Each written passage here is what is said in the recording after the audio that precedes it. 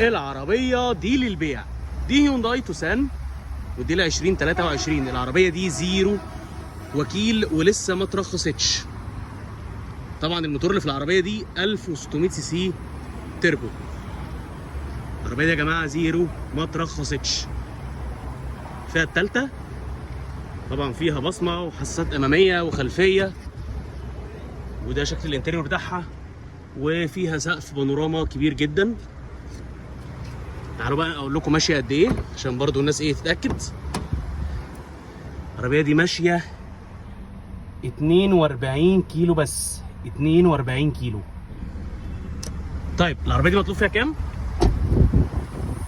العربيه دي مطلوب فيها 1,775,000 جنيه بس. لو مهتم بالعربيه دي اتصل بالرقم اللي موجود على الفيديو وتعالى شوفها وافحصها بنفسك. ولو عندك عربيه عايز تعرضها للبيع ابعت لي